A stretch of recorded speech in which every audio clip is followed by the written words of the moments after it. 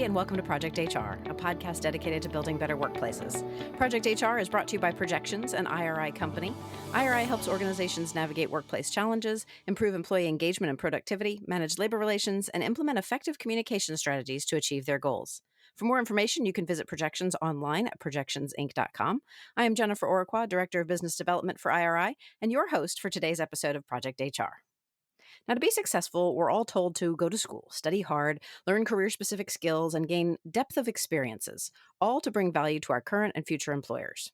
But the truth is, there are many ways in which we can make ourselves valuable to a company that have nothing to do with our formal training or experience. Things like networking, negotiating, communicating, leading, and even career planning are all unwritten skills that can be essential for success. Today, I'm talking with Mark Herschberg, author of the Career Toolkit, Essential Skills for Success That No One Taught You, a guide for individual employees to learn these unwritten skills. Come with me as I take a broader view of Mark's ideas to see how your company can use the wisdom in his book to create a customized professional development program for your entire workforce. Mark, thanks so much for joining me today on Project HR. Thanks for having me. It's a pleasure to be here. So, I mentioned a handful of these unwritten skills. Why aren't we being taught these things? Historically, they have not been included in our education system because our education system is typically backwards looking. The high school system, and really public education, the primary and secondary level, comes out of the 19th century where we were becoming an industrialized nation. Prior to that, people learned what they needed to on the farm from their parents. As we got into the industrial world, there were certain core skills: reading, writing, arithmetic, the three R's. And so we had to take our young students, give them the basics just so they could function in society. That's all high school was designed for, is basic societal function. Even when you think of the jobs mid-century, you were a corporate drone, and so all you had to do was perform your function. Even at the college level, we had the same attitude. Now, college has a different origin. It goes back about 900 years. Colleges are run by professors. Now, I happen to like these folks. I teach with them all the time, but professors are narrowly focused. An accounting professor just knows accounting. A chemistry professor just knows chemistry. Sure. Yeah. And they have said, if someone wants to be an accounting major, here's what we're going to do. We're going to make them jump through a certain set of hoops. These are the hoops we as the accounting experts think of as important. And if they've accumulated this level of knowledge, we deem them to have a bachelor's in accounting. And that's what your degree says. The degree doesn't say you're a good employee, doesn't say you're a critical thinker, doesn't say you can work well in a multifunctional team. It just says you know accounting. And that was fine in the 1950s when, as an accountant, you sat in your little desk and your boss said, do this. And when you're done calculating, come back to me and I'll give you more. But that has not changed as the world has changed, as we gotten rid of those corporate hierarchies. And now people do have to more proactively think and work with these hybrid groups. But our educational system, because it's backwards thinking, doesn't focus on the skills going forward. I think it's going to be, unfortunately, another probably 30 or 40 years before the university system as a whole adapts to this new need. Well, and as you mentioned, you're an instructor at MIT, and so you've been a part of getting some of these essential skills introduced at the university level. How are you able to make that happen? I recognized in my own career journey that to get where I want to go, to become a CTO, it wasn't just the technical skills. I had to develop leadership, communications, negotiation, all these skills, but no one bothered to teach me. So I developed in myself, realized these skills are for everyone, not just those of us at the top. So I wanted to train up the rest of my company. I couldn't find people to hire with these skills. I had to build instead of buy.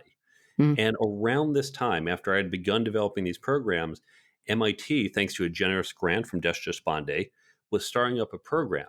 Now, MIT has access to many of your listeners, and we've been talking to these companies and said, what are the skills you are looking for? And consistently, what we heard at MIT, and similar research has been done at other universities, these skills that we've talked about: leading, negotiating, strong networks, communicating, even ethics.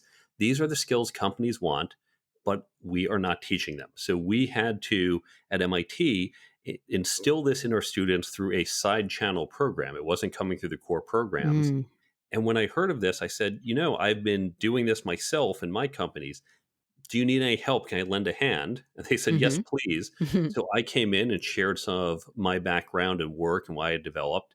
And they said, we've got these great professors and they're world class experts, but you're bringing a different perspective. You're bringing the rubber hits the road, what it's like on the ground. And we want to make sure students get that because some of these ideas, teaching a sophomore why negotiation is important, that's a little abstract. Hmm. So if we can make it a little more concrete, here's how it works in the real world, we can make a stronger connection and help accelerate their learning. Yeah, that definitely makes sense. But is there any credence to the idea that these skills don't necessarily need to be taught, that employees will simply pick them up as they gain experience in the workplace? I vehemently oppose that idea. We would never say, the New York Yankees doesn't say, okay, let's just recruit a couple baseball players and, well, during the season, they'll break themselves in. Uh-huh. We would never say to folks on our project, okay, here you go. This is the goal. Hit that project in 2 years. That's your deadline. Up to you. Figure out, maybe you'll come up with the skills you need. Hopefully, you'll learn them in time. But if not, well, that's not going to be great. Cross Right. our fingers. Yeah. We are proactive in everything we do in our companies. We need to be proactive in the training in our companies. Hmm. So, what inspired you to write the book? The book began as class notes. The class that we have is very hands on. I thought we should be writing down some notes for our students, especially because we do things throughout the year. So I know by the time June rolls around, they've forgotten half of it. Let's just write up a few notes for them. I was spending a lot of time traveling for my job. And I really thought I was going to write about 20 pages of notes. But 20 became 40, became 80. And pretty soon I realized this is a book. Mm-hmm. And so it met a second goal of mine, which is that these skills are not unique to MIT. For years, I've been pressing MIT to expand this beyond our walls. We led open courseware. So let's get this out to other universities, other people around the world. We haven't had the resources for that. So this book serves those two goals. It creates a larger note set for the Mm-hmm. students, but Mm-hmm. also makes it accessible to people outside of MIT. And I love the idea of companies acknowledging this lack of formal education in these areas for their current employees and being proactive about addressing these limitations by creating their own programs. So I'm wondering, do you see these programs being something that all employees would be tapped to take part in? Or do you imagine them just kind of targeting younger employees who are on an upward trajectory? This is for everyone. One problem I have with our current training system is that we select a few early stars. We say, oh, here's the top three people in this department.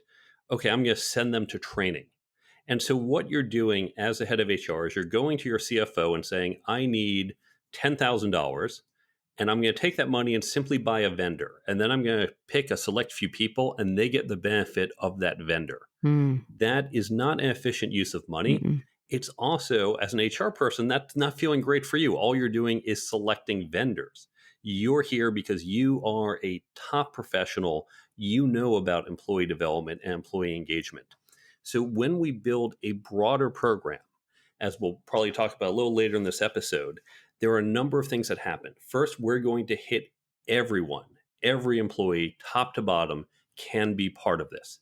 That is going to get you a better ROI on your money. It's mhm, also going to create better employee engagement. And this is going to be so important, especially as we move to these hybrid models and remote models. You want to make sure your employees are engaging as much as possible and not just around work. There's a reason we've been doing the virtual games, virtual happy mhm, hours. mhm. We know employees need to connect. And this is another element where they can connect, but it's not just some arbitrary, let's all go do an escape room together. And those are fun. I like doing Right, those. sure. But you feel that there is a direct connection back to the job when you do this. The other benefits that you get is you create a common language because when all employees go through the same program, they can start to reference ideas in the program, models, Mhm, stories, and now you have a better language that helps everyone communicate. And then the final benefit is depending on how you design this program, you're going to create a mixture of people from different departments. Internal networking is something we often overlook.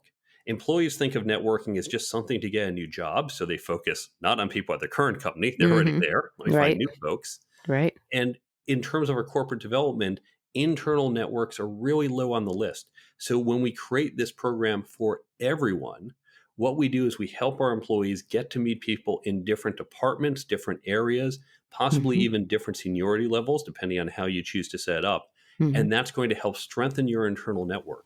So by casting a wider net for what turns out to be the same or less money as selecting just a few lucky winners to go to external training, Hmm. you are going to engage your employees more, strengthen those internal networks, and create a common language. I love that. That's brilliant. And I can't wait to dig in. Mark, I need to take a sponsorship break right now, but when you and I come back, let's get into how organizations can begin to build a custom program of their own. The potential for union organizing is something of which every company should be keenly aware. And when a union is actively asking employees for signatures and support, fear and stress can quickly take over. But you can become the trusted labor relations source your company turns to when you earn your union-proof certification. With 24 robust and self-paced online lessons, a powerful workbook that makes the material specific to your company, and an in-depth certification exam, earning your union-proof certification is something of which you can be proud. Plus, your union-proof certification carries with it 24 hours of SHRM recertification credits. Become a trusted part of your company's labor relations team. Get proactive and gain the skills you need by earning your union-proof certification. Get started at projectionsinc.com/certification today. That's projectionsinc.com/certification. Your future self will thank you. I'm back now with Mark Herschberg, author of the Career Toolkit, Essential Skills for Success That No One Taught You. So first things first, Mark, you have a free downloadable guide to using your book to create development programs on a company-wide level. And that guide is really what made me want to talk to you in the first place. Can you tell our listeners where they can find that guide? You can go to my website, thecareertoolkitbook.com. And if you go to the resources page, you're going to find a whole bunch of great resources. But the very first one on that page is the development guide. There is a Word document that explains how to create it. And then there is a spreadsheet that shows examples, ready-made programs that you can use or that you can tweak for your own needs. I love that. So let's talk about the elements that are involved in creating these programs. Obviously, the book is a critical component, but what else is used? And I'll tell you, the book doesn't have to be used. Oh, okay. I would love it if you'd use it. And I certainly have programs designed around the book, but it is totally optional. You can download this for free and create your own program, even if you don't want to use the book. What you need to do is think about your goals. Now, there's different types of programs that I outline, and again, you can create your own. This could be a year-long employee development program. And so every employee in this program, maybe every employee in your organization for the next year, work on developing these skills. Hmm. It could also be limited programs. I have examples if you just have a new hire. This is a great way as you batch your new hires, how to get them onboarded, to understand the corporate culture, corporate value, where they fit in.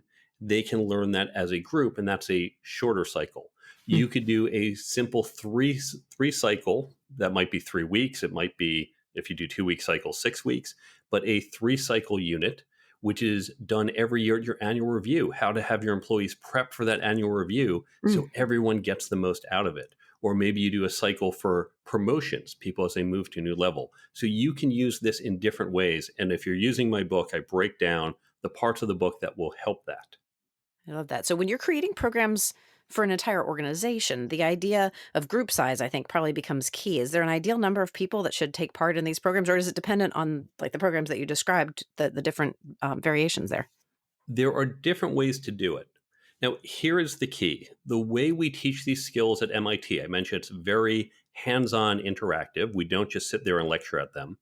It's the same way these skills are taught at top business schools. It is through peer learning. Because if you just read my book, listen to a great podcast like this one, watch a video online, you can get some real useful knowledge. But the knowledge we're talking about here, really the skills, it's different than other types of knowledge we get. If you want to teach your employees Excel macros, Hmm. have them watch a video or take a class, they're going to go memorize, here's the keystrokes, and here's how I create this type of macro. Mm-hmm. That is knowledge transfer. These skills, there is no memorization of keystrokes to be a leader. There's no 3 things to do to be a master communicator. These are all subtle, complex, situational. So, what we want to do is take the underlying idea that you get from the book or the video and then have that discussion, because it's in that discussion that you start to throw around ideas and recognize different perspectives and different approaches. And no book or video can really cover all the different aspects, no matter how detailed it is. So you'd like to get these groups that are interactive. Now, I described three different scales at which you can do it. The scale I prefer, small groups, roughly 5 to 8 people. And this is where everyone can sit around and have a small discussion and really get in deep to some of the issues. Hmm. If you want to do larger groups, you can do a medium group that might be 20 to 50 people. And that's going to be about the size of a class at a business school. And that's where you're going to have more of a moderated discussion. You're going to need someone, perhaps an executive, perhaps someone from HR or an outside facilitator to come in and run that discussion just to make sure it goes smoothly and you pick up points and you engage everyone. If you want to go larger than that, 50 plus people, there it's going to be harder to have the interactive discussion. So you're going to have to do some offline engagement, perhaps have people send questions or comments or thoughts ahead of time, Hmm. and do more of a detailed lecture based around what topics are coming up and how people are engaging with it. So you can use these different styles depending on what works for your organization. So let's talk a little bit about the content and what we're actually teaching here. Are you relying on outside content? Are we building the content ourselves to teach things like networking and leadership skills? Those are widely diverse topics. So how do you teach them?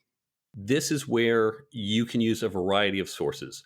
My book itself can work, and I have it divided up into each topic. Obviously, each chapter is on a different topic, one Hmm. networking, one communicating. But I even break it down further into subtopics that might be more relevant for a particular development goal. You can also use some of the other resources I list on the website. You might pull in some case studies for people to work through. For example, negotiations, you don't just want to talk about it, you want to practice it. So Hmm. you can buy some negotiation case studies. They're usually a couple dollars each, so are relatively cheap. And then you would need a facilitator to run it, but the groups can go practice a negotiation and learn from it as they debrief, as they discuss it. You could bring in an outside expert, someone like myself. You can go to your local college or university or other experts in certain areas, have them come in, do a talk, do some workshops, even if it's just a talk, and you have this person just in for an hour. Or obviously, with a distributed workforce, you might do it by video. Then everyone has a discussion and debrief afterwards. So the content could come from books, from videos, from experts, from activities. Really, the sky's the limit. And Okay. I have in my guide how you can use my book. But again, you are welcome to use any other type of content that works for your company and your needs. So is this something where you want to sort of keep everybody on the same path, like everybody's learning the same thing at the same time? Or if you have, the number of necessary facilitators on hand, does it make sense to have multiple groups participating at any given time? Here again, there's multiple ways to do it. One way might be we're going to, over the next year, have a theme per month.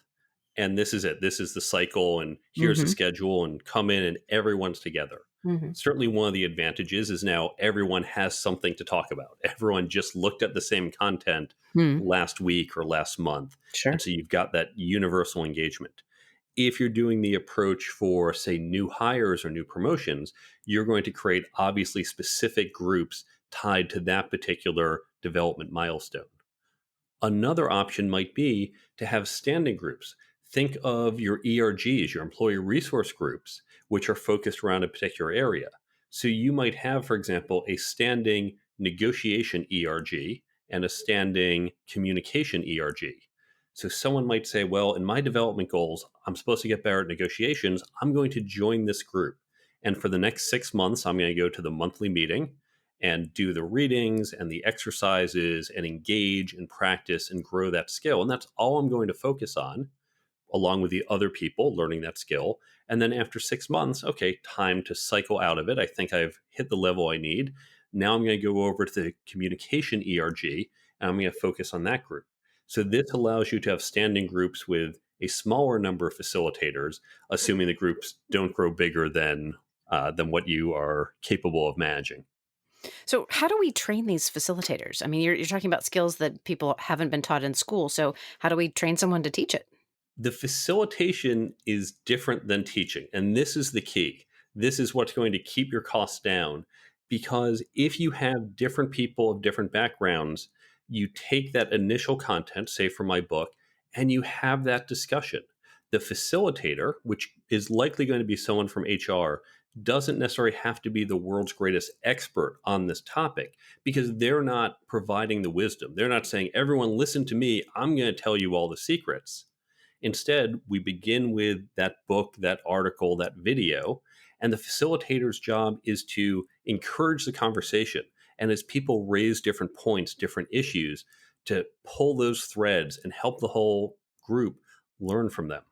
Now, if you're doing the smaller groups, 5 to 8 people, you might choose not to have a facilitator. This assumes a certain level of sophistication within the group itself that they'll be able to have their discussions. You might have no facilitator, or you might have, for example, in a large room, say in a lunch area, people are seated around the lunch tables in these small groups, and you just have a larger facilitator floating around managing multiple groups. If you're doing the medium or large groups, the 20 to 50 people or the 50 plus, at 20 to 50, you need someone who's going to proactively manage the conversation, right? It's just like the professor in the class saying, we're going to have a group discussion, but Mhm. I need to understand what the fundamentals are. So you should be better read on this. But again, you're more pulling the threads. If you're doing that large group, that's where you do need the expert. You do need someone who can say, I've looked at the comments, I've looked at the questions, I've pulled it together. And over the next hour, we're going to address them and really go deeper on the topics, the subtopics that this group is interested in. There you do need an expert, and you might want to hire an outside professional for that. Yeah, that definitely makes sense. All right, Mark, I'm going to take some time out for another quick break, and we'll be right back after this. You're listening to the Project HR podcast. I'm your host, Jennifer Oraqua, and today I'm talking with Mark Herschberg, author of the Career Toolkit, Essential Skills for Success That No One Taught You. And we are back. In addition to the 3, 6, and 12-month programs, Mark, you also discussed some shorter-term program options, including centering our shorter programs around employee developmental goals. Can you tell us a little bit about that? You may have, for example, people moving to be first time managers. This, of course, is the biggest transition in someone's job because they've Mm-hmm. gone from being focused on large accounting projects, large IT projects, large marketing projects to managing people. And Mm-hmm. all the skills that have helped them get to where they are suddenly secondary to these new managerial skills. So you might create this short cycle just to focus on these new skills they're going to use. Likewise, for people coming on board, orientation at most companies, it's usually about a day. It's watch the video, learn the history of the company, Mm-hmm. fill out some forms, which is Sure. usually about half the day, Yep. and that's it. Maybe you have someone you're shadowing. Some companies do say, oh, here's our 7 values, go memorize this. But really, what we want to do is teach a man to fish instead of give a man to fish. Yep. And don't just say, here's what you need to remember, but here are the tools to understand how you fit into the larger picture. Here are the skills to help you go develop your new relationships and fit into the organization. Find your way so you know where you are and the value you add, but also so you can bring in that expertise, that knowledge, that experience that you have that's unique to you and have that fit into this larger picture to add the value, which is why we hired you in the first place. Mm. So you can create these shorter cycles for specific goals. And again, you might even say, you know what, company wide, we have a challenge with communication. We're going to create for the Mm-hmm. next month or two just a Mm-hmm. communication focused program. Yeah. Or perhaps for your procurement or your sales team, you're going to say, let's do an intensive 1 to 2 month program just on negotiating. So you can create dedicated programs for specific targeted skills for specific targeted groups. That makes sense. So one other thing that I wanted to talk about was the idea of standing groups. You mentioned that in the guide. Can you share what that is and how that works with us? So these are having like those employee resource groups where you just have a standing negotiation group or a standing leadership group where people can come in and out. Mm. You'll probably want to have some minimum that you can't just come for 1 or 2. Maybe it's quarterly cycles, especially if there's some arc to what you're doing and not just arbitrary, what are we reading this week? So you might say, if you're coming here, you're going to commit for, let's say, 3 months, and perhaps you meet twice a month. Someone says, okay, this quarter, here's what I want to work on. Here's what I want to develop. And you probably don't want your employees to do more than about 2 at a time. Really, I'd say limit to 1. and the employee focuses on that with whoever else is in the group at the time, Mm-hmm. and then might move on to a different one. Now, one thing to keep in mind, I talked about in the construction of these groups, you need to recognize what level of diversity that you want. Now, not the traditional D&I that we talk about in HR, Mm-hmm. but diversity of seniority, experience, and diversity of job function. Okay. There are some arguments that, well, if everyone in this group is an engineer, great. They're all going to think alike. They know how to talk to each other. You have a higher degree of trust. They're all on the same team, so they know each other. But one of the things we want is to get that differing perspective. How do the salespeople look at versus the engineers versus marketing? They're all going to look at communication through a different lens. Mm-hmm. And that's what we really want to pull out. So I encourage certainly diversity of job function. The trickier question is diversity of experience, Mm-hmm. especially if you have smaller groups. Putting, let's say, a senior vice president in the same group with someone a year out of college, that more junior person might feel a little intimidated, might not want to open his or her mouth as much when there's a senior person, or just defer to whatever a senior person says. Mm-hmm. So you have to recognize there might be these issues that you're going to have to think about. You certainly don't want a boss and a subordinate in the same group at the same time, whether you're creating these specific groups like the ERGs about a topic or Mm-hmm. just the general training. So you want to avoid a direct superior subordinate in a group. It's probably okay to have a certain difference in experience. And here I have to be a little hand wavy, because at some companies, you might be 40 people. And so it's a Mm-hmm. relatively flat organization. At Right. other, we have 9 different levels. And then Mm-hmm. you'd probably want to create a rule like no more than 3 levels within one group, 3 adjacent levels. So you have some type of band. Okay. So you definitely need a facilitator with each of those standing groups. Again, I think the smaller groups, it's probably okay when you're doing these groups of 5 to 8. When you're doing the standing groups, when you're Mm-hmm. doing the standing negotiation group, there you probably want that person leading the group, which is likely to be an HR person, just to have the content picked out. And Mm-hmm. certainly if you know people are doing it for a quarter, you say, I have 6 weeks to go through something. What will be the theme for this quarter? The Yep. theme might be multi-party negotiations, might be multi-round negotiations, might be looking for creative solutions during this quarter. So you might pick a particular theme, and they're going to plan out what those topics are to walk people through, and then make sure they're understanding it. The facilitator doesn't necessarily have to be the deepest expert on it, but they do need to know how to pull that information out and make sure during the debrief on the discussions, on the exercises, that you really do get those learning nuggets. I wanted to talk a little bit about the Career Toolkit app as part of the additional content that companies can use in their programs. What happens on the app and how can they use it? One thing that really surprised me when I was creating a book is that there wasn't a way to get the book front and center to help people retain it. How many of us have read a book, business book, self-help book, and just said, wow, what a great book. And 3 weeks later, you forget 90% of it. Mm-hmm. And let's be honest, the same thing happens with our training classes, right? We send someone off, whether it's learning those Excel macros or taking that leadership class, it's going to be hard for them to remember it a few weeks later. And the really frustrating part, when we do send them out to learn Excel macros, we say, here are the Excel macros, and they know when and where they will need to use it. Suddenly they're sitting at an Excel spreadsheet and saying, oh, I remember, use the macro. Okay, great, Right. do it. But when you send someone to a 3-day leadership training program, you don't say to them, and by the way, next Tuesday at 3:17 p.m., this is when you're going to apply this technique. Right. It's unfortunately not so No. obvious. And so they're going to forget it a week, 2, maybe a month later. How do we keep it top of mind? What I did is I took the contents from the book and I put it into an app. It's a simple free app available for both iPhone and Android. Mm-hmm.